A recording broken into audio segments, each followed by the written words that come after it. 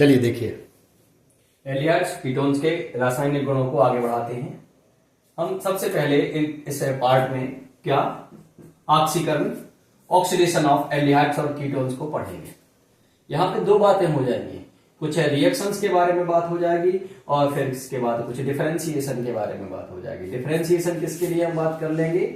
Aldehydes और ketones के लिए बात करेंगे। तो ऑक्सीकरण के आधार पर बड़ी आसानी से डिफरेंशिएट किया जा सकता है। जैसे एल्डिहाइड्स जो बड़ी आसानी से ऑक्सीकृत हो जाते हैं और संगत अम्ल बनाते हैं। RCHO से क्या बनता है? RCOOH बनता है।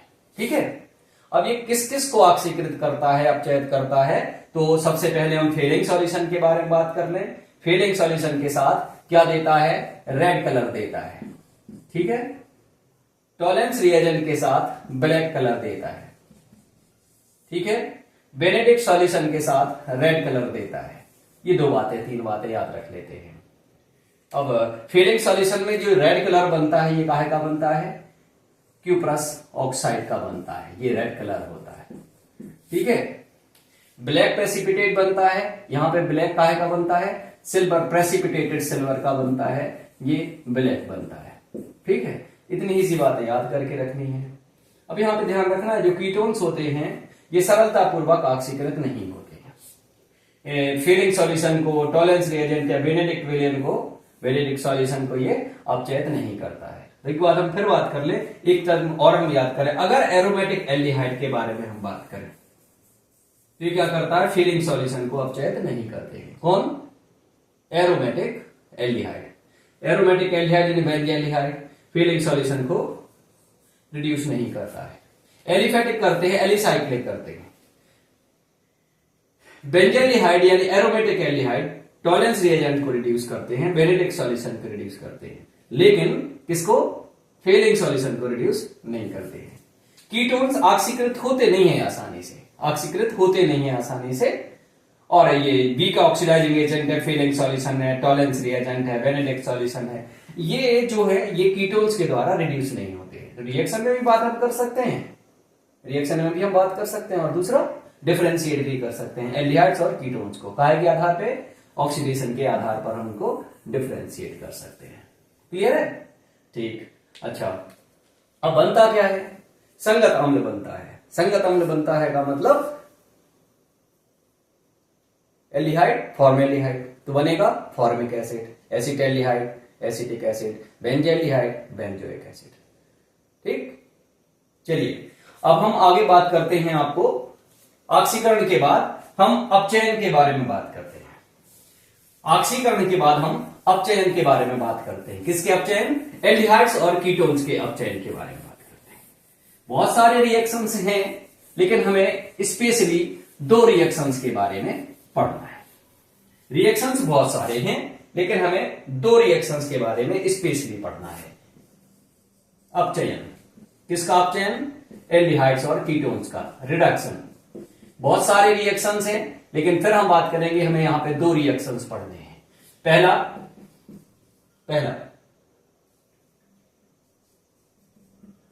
जिंक अमलगम और सांद्र HCl हाइड्रोक्लोरिक एसिड द्वारा, जिंक अमलगम और सांद्र HCl द्वारा क्या होता है? यहां पे जो एल्डिहाइडिक ग्रुप होता है ये रिड्यूस होता है और ये मिथाइल ग्रुप देता है। केवल एल्डिहाइडिक ग्रुप के बारे में बात कर रहे हैं। ये रिड्यूस होता है और हमें मिथाइल ग्रुप देता है। और अगर कीटोनिक ग्रुप होता है ये रिड्यूस होता है और ये देता है हमें मिथाइलिन ग्रुप। हम सरल भाषा में बात करते हैं, एल्डिहाइड और कीटोन्स हैं, क्या है? एल्डिहाइड है या कीटोन है। ये रिड्यूस होकर क्या बनाता है? हाइड्रोकार्बन बनाता है, हाइड्रोकार्बन। अगर एलिफेटिक एल्डिहाइड कीटोन्स हैं तो एल्केन्स बनेंगे, एरोमेटिक हैं तो एरोमेटिक हाइड्रोकार्बन बनेंगे। जिंक अमलगम और सांद्र HCl द्वारा जो एल्डिहाइड और कीटोन का अपचयन होता है इसका नाम होता है क्लीमेंसन अपचयन, क्लीमेंसन रिडक्शन। क्या होता है? रिडक्शन ऑफ एल्डिहाइड्स और कीटोन्स टू हाइड्रोकार्बन।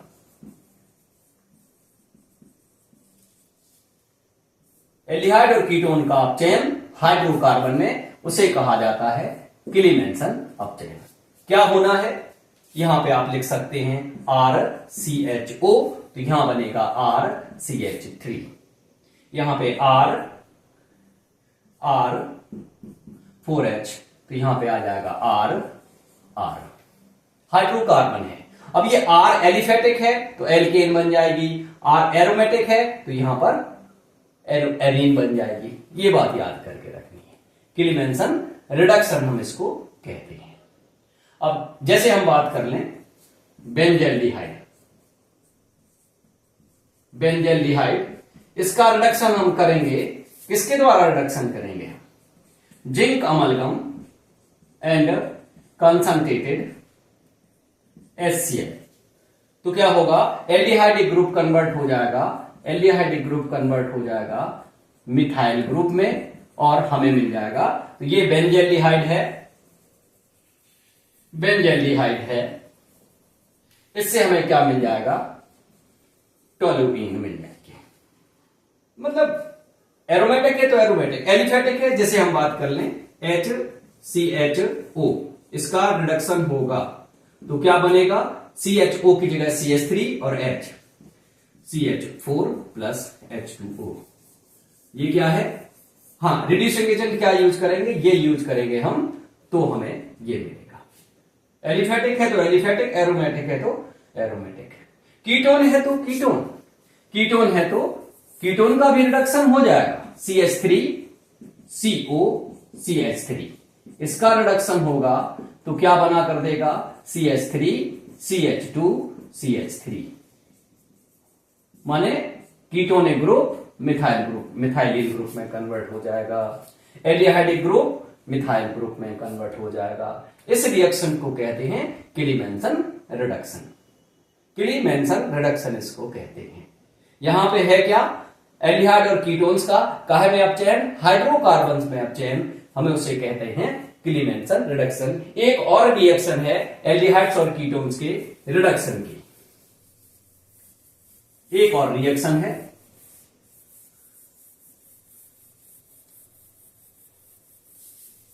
हम अगर एल्डिहाइड कीटोन को, एल्डिहाइड या फिर कीटोन को क्या करें,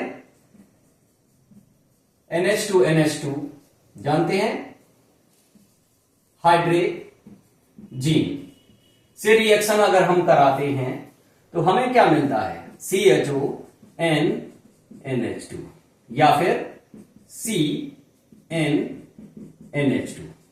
इसे इन्हें कहा, ये एल्डिहाइड कीटोन है तो ये क्या है, एल्डिहाइड हाइड्रेजोन, कीटोन हाइड्रेजोन। अगर हम इसको हीट करें, पोटेशियम हाइड्रोक्साइड के साथ हीट करें तो क्या होता है, इसमें से नाइट्रोजन गैस रिमूव हो जाती है और हमें मिल जाता है हाइड्रोकार्बन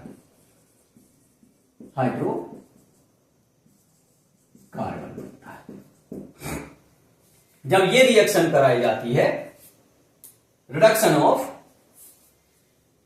किसका, रिडक्शन ऑफ एल्डिहाइड और कीटोन काहे में, हाइड्रोकार्बन में, काहे के द्वारा,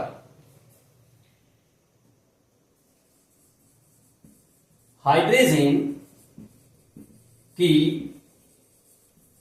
अभिक्रिया पश्चात जल अपघटन करने पर, जब हम ये रिएक्शन कराते हैं एल्डिहाइड कीटोन्स के हाइड्रोकार्बन में परिवर्तन होता है, वो काहे के द्वारा हाइड्रोजन की अभिक्रिया, इसके बाद जल अपघटन करने पर, हाइड्रोजन की अभिक्रिया इसके बाद जल अपघटन करने पर। इसका नाम क्या होता है? इसका नाम होता है वुल्फ किर्शनर अभिक्रिया। वुल्फ किर्शनर अभिक्रिया। बिल्कुल सेम टू सेम प्रोडक्ट्स मिलने वाले हैं, चाहे क्लीमेंसन रिडक्शन से आप प्रोडक्ट ले लीजिए, चाहे क्लीमेंसन रिडक्शन से आप ले लीजिए प्रोडक्ट, और चाहे वुल्फ किर्शनर से। अब यहां पे देखिए, अगर यहां पे R है तो यहां पे R आएगा, यहां पे R आएगा, यहां पे R और R है तो यहां पे भी R और R माने एल्काइल ग्रुप आएंगे, तब भी ये हाइड्रोकार्बन होगा। अगर हम यहां पर कहें कि यहां पर बेंजेल्डिहाइड है तो यहां पर क्या आएगा? बेंजेल्डिहाइड आएगा, और ये क्या बनेगा? टोलुईन बन जाएगी। इसी तरह से किसी भी रिएक्शन को आप कराइए, किसी को भी रिएक्शन, किसी भी एल्डिहाइड या किसी भी कीटोन के, चाहे क्लीमेंसन हो चाहे वुल्फ किर्शनर रिडक्शन हो, दोनों ही रिएक्शन से हमें क्या मिलेंगे? हाइड्रोकार्बन्स मिलेंगे, रिस्पेक्टिव हाइड्रोकार्बन्स मिलेंगे। No change in carbon atoms, no change in arrangement of carbon atoms. ठीक है, ये है वुल्फ किर्शनर रिडक्शन। इसको अब हम आगे बढ़ाते हैं। एल्डिहाइड्स कीटोन्स के कुछ इंपॉर्टेंट रिएक्शंस, एल्डिहाइड कीटोन्स की कुछ इंपॉर्टेंट रिएक्शंस हम इसके बाद बात करेंगे। एल्डोल कंडेंसेशन माने एल्डोल संघनन। ठीक, एल्डोल संघनन की अभिक्रिया जब हम कराते हैं तो इसमें ध्यान रखते हैं कौन से एल्डिहाइड नहीं देते हैं, कौन से देते हैं। तो जो देते हैं याद कर, नहीं देते अपने आप समझ में आ जाएगा। एल्डिहाइड जिनमें एक या अधिक अल्फा हाइड्रोजन होती है, वे एल्डोल संघनन की अभिक्रिया देते हैं, और जिनमें अल्फा हाइड्रोजन नहीं होती है वे नहीं देते हैं। क्या होता है? ऐसे एल्डिहाइड क्षार से अभिक्रिया करते हैं।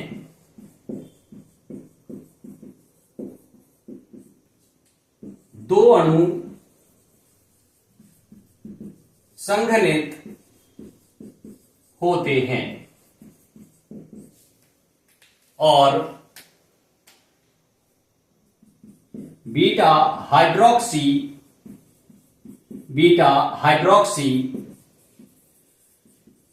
एल्डिहाइड बनते हैं। बीटा हाइड्रोक्सी एल्डिहाइड जो होते हैं, बीटा हाइड्रोक्सी एल्डिहाइड जो होते हैं, इन्हें कहा जाता है एल्डोल।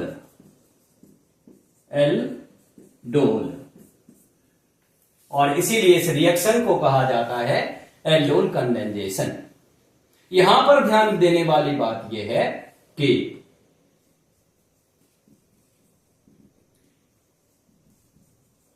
एल्डिहाइड के दो मॉलिक्यूल संघनित होते हैं, कंडेंस होते हैं। काहे में? किसी एल्कली की मौजूदगी में, सोडियम हाइड्रोक्साइड, पोटेशियम हाइड्रोक्साइड। एक अल्फा हाइड्रोजन यहां पर शिफ्ट होती है, एक अल्फा हाइड्रोजन शिफ्ट होती है। कहां से? एक की अल्फा दूसरे के एल्डिहाइडिक ग्रुप पर। ये काहे में बदल जाता है? CH3 CH OH CH2 CHO। ये एल्डिहाइड है, ये एल्डोल है। कैसे? देखो, ये एल्डिहाइडिक ग्रुप, ये अल्फा कार्बन, ये बीटा कार्बन, ये गामा कार्बन। बीटा कार्बन पर क्या है? OH ग्रुप है। बीटा कार्बन पे क्या है? OH ग्रुप है। तो इसे क्या कहेंगे? Beta hydroxy aldehyde. और बीटा हाइड्रोक्सी एल्डिहाइड क्या कहलाते हैं? एल्डोल कहलाते हैं और इस अभिक्रिया को एल्डोल संघनन कहते हैं। अगर इसको आगे हीट कर दिया जाए तो एल्डोल का क्या हो जाता है, निर्जलीकरण हो जाता है और निर्जलीकरण करने पर हमें क्या मिलता है, CH3CH double bond CH CHO और जल इसमें से निष्कासित हो जाता है। अल्फा बीटा असंतृप्त एल्डिहाइड बन जाता है, अल्फा बीटा अनसैचुरेटेड एल्डिहाइड बन जाता है। अगर आप हीट नहीं करें, नॉर्मल टेम्परेचर पे रखें तो एल्डोल बनेगा और अगर हीट करेंगे तो असंतृप्त बनेगा। तो एल्डोल बनाने के लिए और असंतृप्त एल्डिहाइड बनाने के लिए दोनों ही कंडीशंस में एल्डोल संघनन की अभिक्रिया का प्रयोग किया जाता है। कीटोन भी ऐसे रिएक्शन कर देते हैं, कीटोन भी ऐसे रिएक्शन कर देते हैं, उनका बीटा हाइड्रोक्सी कीटोन बनता है। उसमें भी रिएक्शन एक अणु से अल्फा हाइड्रोजन दूसरे अणु के एल्डिहाइडिक ग्रुप पे या कीटोनिक ग्रुप पे शिफ्ट हो जाती है और फिर दोनों के दोनों आपस में जुड़ जाते हैं। ये बे एल्डिहाइड ये रिएक्शन देते हैं जिनके मॉलिक्यूल में अल्फा हाइड्रोजन होती है। अब अगर हम बात करें अल्फा हाइड्रोजन नहीं होती है तो बे एल्डिहाइड एल्डोल कंडेंसेशन की रिएक्शन नहीं देते, क्योंकि अल्फा हाइड्रोजन है नहीं। अल्फा हाइड्रोजन नहीं है तो क्या होता है, वो शिफ्ट नहीं हो पाती है तो फिर होता क्या है वास्तव में, तो बे एल्डिहाइड देते हैं केनिजारो अभिक्रिया, केनिजारो रिएक्शन। आपको यहां ध्यान देना है, जिनमें अल्फा हाइड्रोजन नहीं होती है वे एल्डिहाइड केनिजारो अभिक्रिया देते हैं। क्या होता है,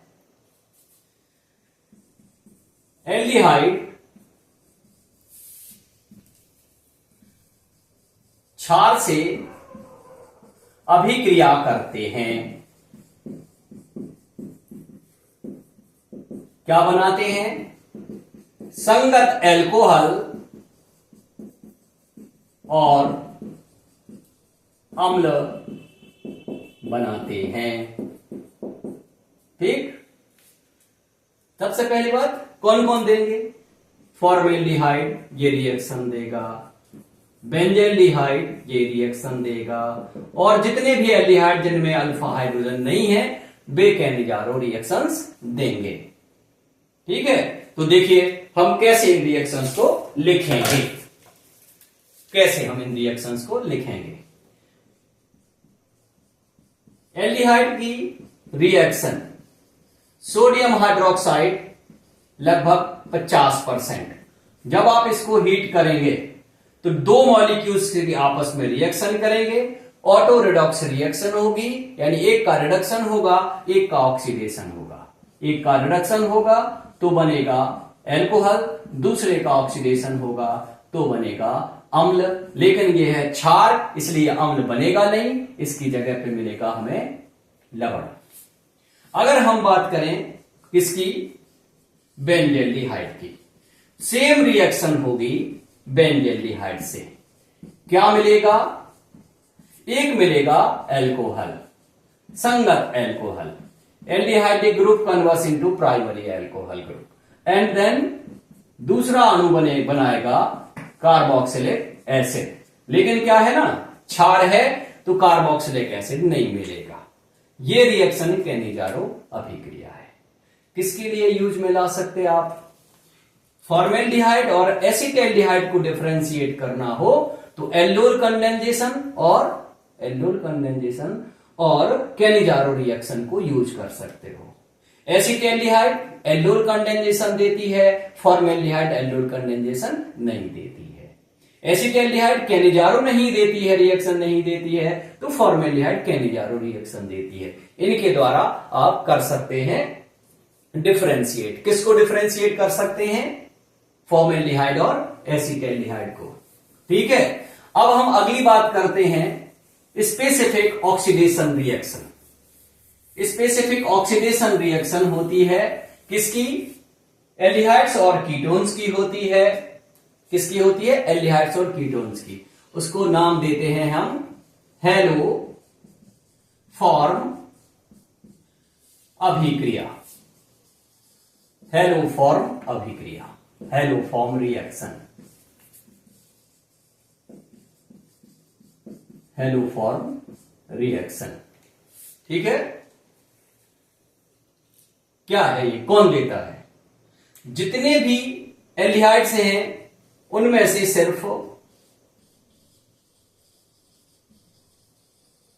एसिटाल्डिहाइड, ओनली एल्डिहाइड जो हेलो फॉर्म रिएक्शन देता है, और सारे के सारे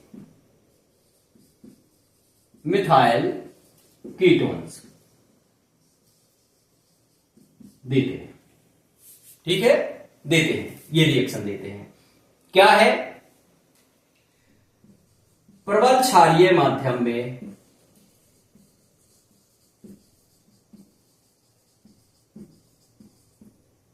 हैलोजन के साथ, हैलोजन क्लोरीन और ब्रोमीन और आयोडीन, फ्लोरीन नहीं, के साथ क्या करना है? गर्म करने पर क्या बनता है? हेलो फॉर्म बनता है, और सोडियम या पोटेशियम लवण बनता है।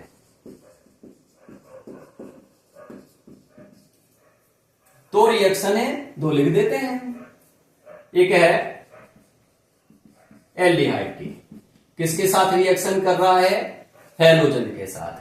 कौन से माध्यम में? स्ट्रॉन्ग एल्कलाइन मीडियम में। बैलेंस आप कर लेना। ये वाला हिस्सा बनाता है हेलो फॉर्म, ये वाला हिस्सा बनाता है सोडियम और पोटेशियम सॉल्ट। एक कार्बन साथ में बनता है H2O और सोडियम हैलाइड। अगर हम बात करें मिथाइल कीटोन की, सेम टू सेम रिएक्शन है, सेम टू सेम रिएक्शन है, बनेगा CHX3। ये वाला हिस्सा देगा हेलो फॉर्म, ये वाला हिस्सा देगा salt RCOO, RCOO Na with water and sodium halide. अगर पोटेशियम हाइड्रोक्साइड यूज कर लीजिए, पोटेशियम सॉल्ट बनेगा। ये क्या है? हेलो फॉर्म रिएक्शन है। अब यहां पर ध्यान देने वाली बात है आयोडो फॉर्म CHI3 क्या होता है? Yellow coloured solid. ठीक है, तो ऐसे एसिटाल्डिहाइड की आइडेंटिफिकेशन में और मिथाइल कीटोन की आइडेंटिफिकेशन में आयोडो फॉर्म टेस्ट किया जाता है। आयोडो फॉर्म टेस्ट किया जाता है। तो क्वेश्चन बनता है which of the following gives iodoform test. तो आयोडो फॉर्म टेस्ट कौन देता है? एसिटाल्डिहाइड देता है। आयोडो फॉर्म टेस्ट कौन देता है? मिथाइल कीटोन देता है।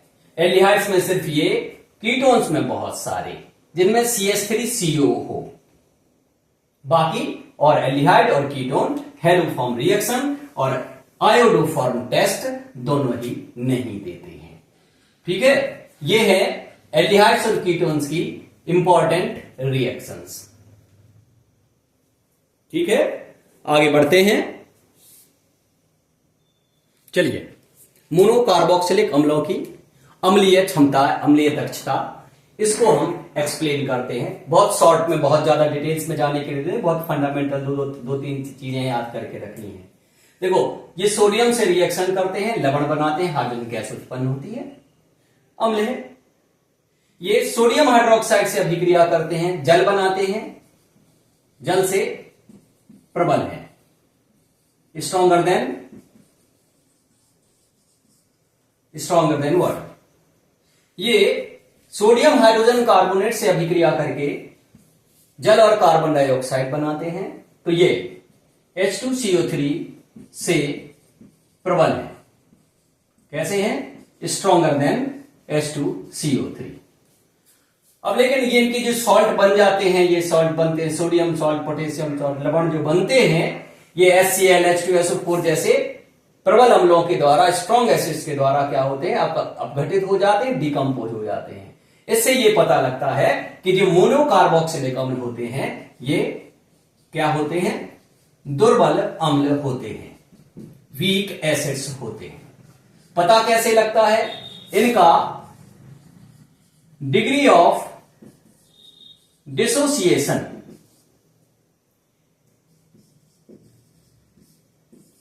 डिग्री ऑफ डिसोसिएशन माने वियोजन की मात्रा बहुत कम होती है, बहुत कम होती है। इसलिए हम कहेंगे कि मोनोकार्बोक्सिलिक अम्ल कैसे होते हैं? दुर्बल अम्ल होते हैं। अब इनकी अम्लीय क्षमता को कौन कौन प्रभावित करता है, कैसे इनकी अम्लीय क्षमता परिवर्तित होती है, चलिए हम इसके बारे में बात करते हैं। देखिए, कार्बोक्सिलिक एसिड के मॉलिक्यूल के दो हिस्से किए जा सकते हैं, हाइड्रोकार्बन पार्ट और carboxyl group, R and COOH। इसको हम थोड़ा सा ऐसे लिख लेते हैं, COOH। पोलर होता है OH बॉन्ड। इसकी जो ध्रुवता, पोलैरिटी, अगर उच्च है तो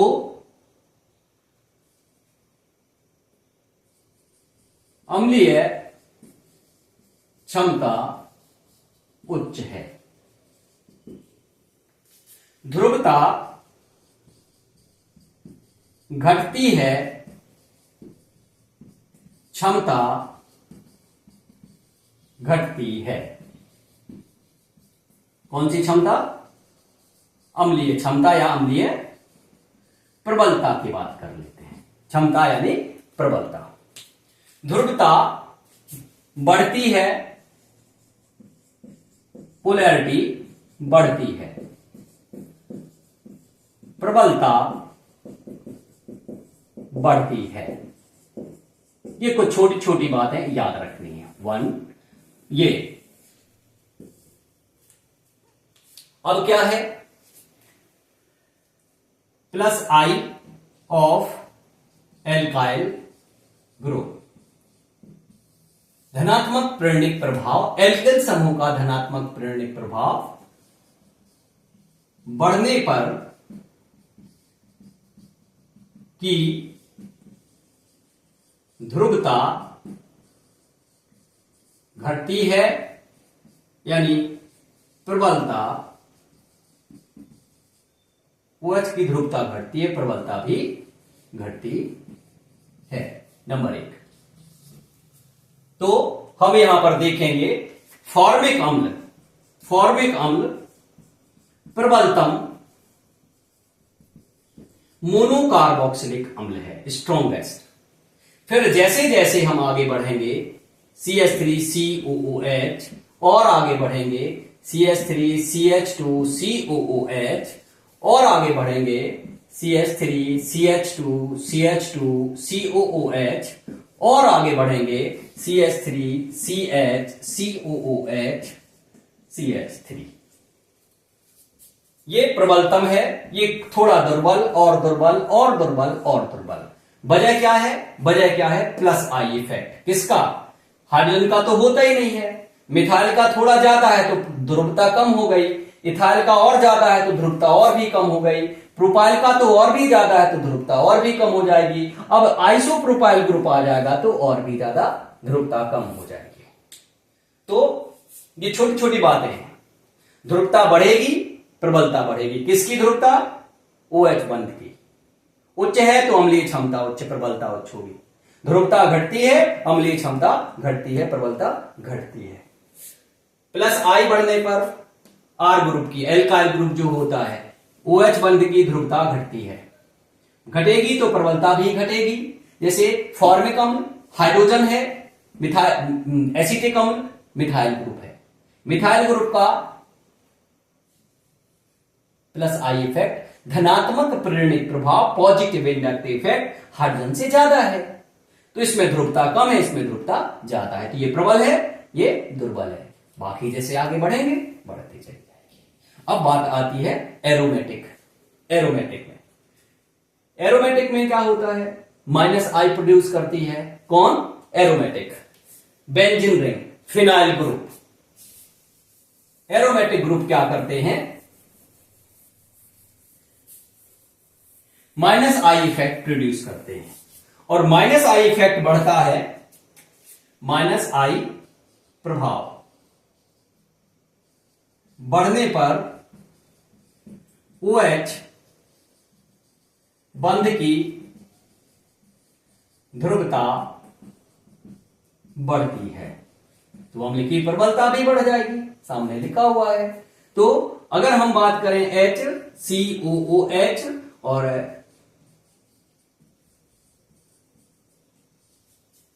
यहां पे हाइड्रोजन है, यहां पे इसका माइनस आई इफेक्ट काम करता है, इसके में है ही नहीं इफेक्ट, तो यहां पर क्या होगा, ये अपेक्षाकृत दुर्बल होगा, ये प्रबल होगा। ठीक है। अगर अब हम एलिफेटिक कार्बन चेन में बात कर लें, एलिफेटिक कार्बन चेन में हम बात कर लें, और क्या है टर्म ऐसे, अगर कोई एलिफेटिक कार्बन चेन में इलेक्ट्रॉन अट्रैक्टिंग ग्रुप आ जाता है तो OH बंध की ध्रुवता बढ़ जाती है। कार्बन श्रृंखला में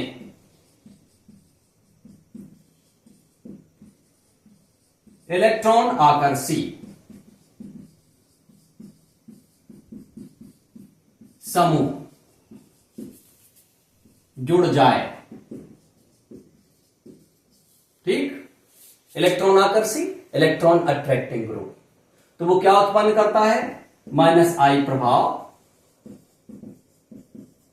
उत्पन्न करता है। तो क्या होता है, OH बंध की ध्रुवता बढ़ जाती है। तो अम्ल की प्रबलता बढ़ जाती है। ये छोटी छोटी बातें हैं, याद रखने की हैं। कार्बन श्रृंखला में इलेक्ट्रॉन आकर्षी समूह, इलेक्ट्रॉन अट्रैक्टिंग ग्रुप जुड़ गया हो तो वो माइनस आई प्रभाव उत्पन्न करता है, नेगेटिव इंडक्टिव इफेक्ट वो उत्पन्न करेगा, तो OH बंध की ध्रुवता बढ़ जाएगी, प्रबलता बढ़ जाएगी। ठीक है। अगर मान लो इलेक्ट्रॉन प्रतिकर्षी समूह, इलेक्ट्रॉन रिपेलिंग ग्रुप जुड़ जाए तो OH बंध की ध्रुवता क्या हो जाती है, कम हो जाती है। क्यों? वो प्लस आई प्रभाव उत्पन्न करेगा, तो अम्ल की प्रबलता कम हो जाएगी। ठीक है। जैसे हम बात कर लेंगे एसिटिक एसिड है, इसमें एक क्लोरीन जुड़ गई, तो ये अपेक्षाकृत प्रबल हो जाएगा। मान लो 2 जुड़ जाएं तो प्रबलता और भी ज्यादा बढ़ जाएगी, और अगर 3 जुड़ जाएं तो प्रबलता और भी ज्यादा बढ़ जाएगी, यानी प्रबलता यहां पे बढ़ती चली जाएगी। यानी कोई इलेक्ट्रॉन आकर्षी समूह आ जाए तो प्रबलता बढ़ जाएगी, ज्यादा संख्या में आ जाए तो ज्यादा प्रबलता बढ़ जाएगी।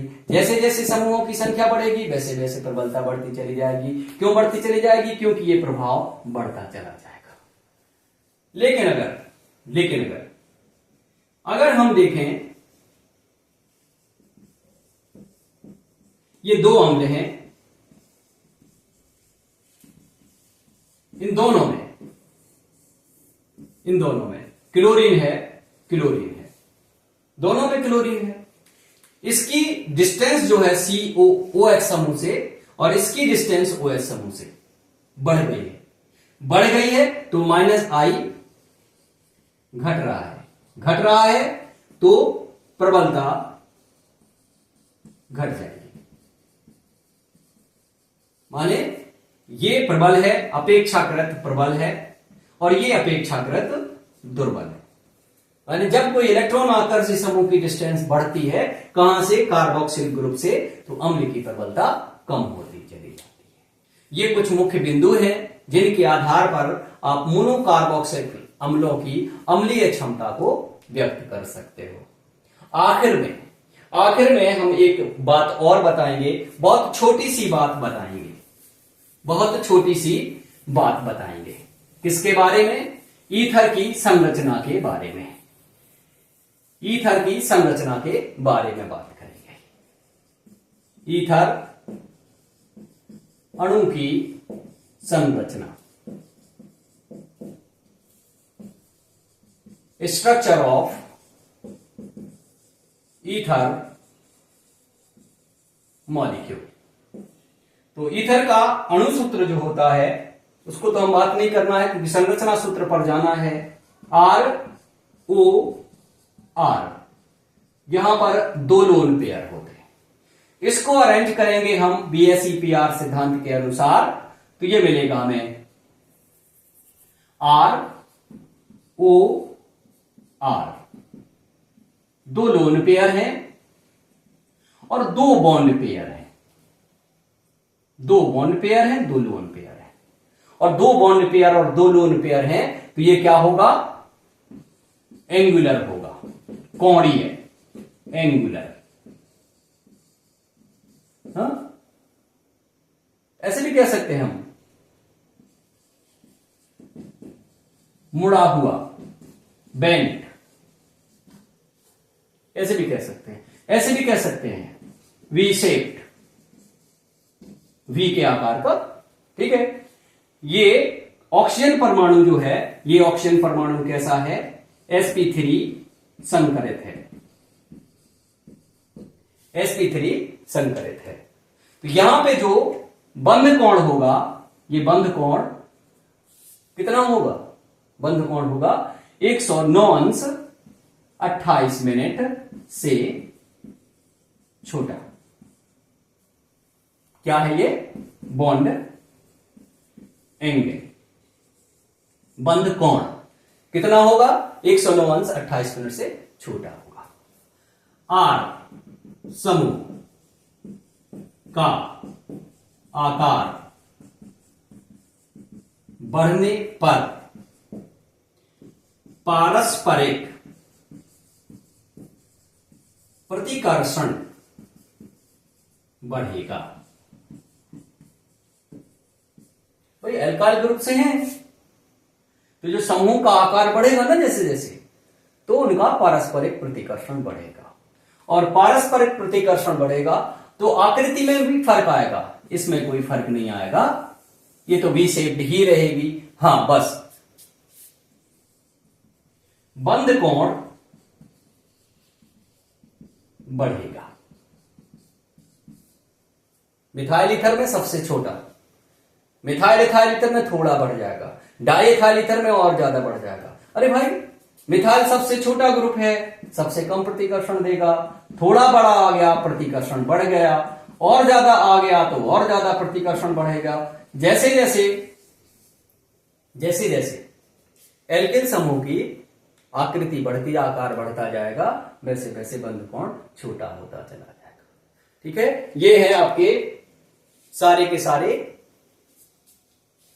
कार्बनिक यौगिक जिनमें ऑक्सीजन है, उनसे संबंधित जो जो चीजें आपको पढ़नी है, और जितने टाइम इंटरवल अवेलेबल है उसके हिसाब से ये सारी चीजें हमने मेन पॉइंट, फंडामेंटल पॉइंट्स हमने डिस्क्राइब कर दिए हैं। ओके, चलिए, और आज ये कक्षा यहीं पे समाप्त होती है। और इसमें से आप अगर कुछ पूछना चाहते हैं तो पूछना, अगर चाहें, कोई डिस्कस करना चाहें, तो हम आपको अपने इस नंबर पे आप हमसे व्हाट्सएप पे कांटेक्ट कर सकते हो और प्रॉब्लम भेज दो, उसके सॉल्यूशंस हम आपको अवेलेबल करा देंगे।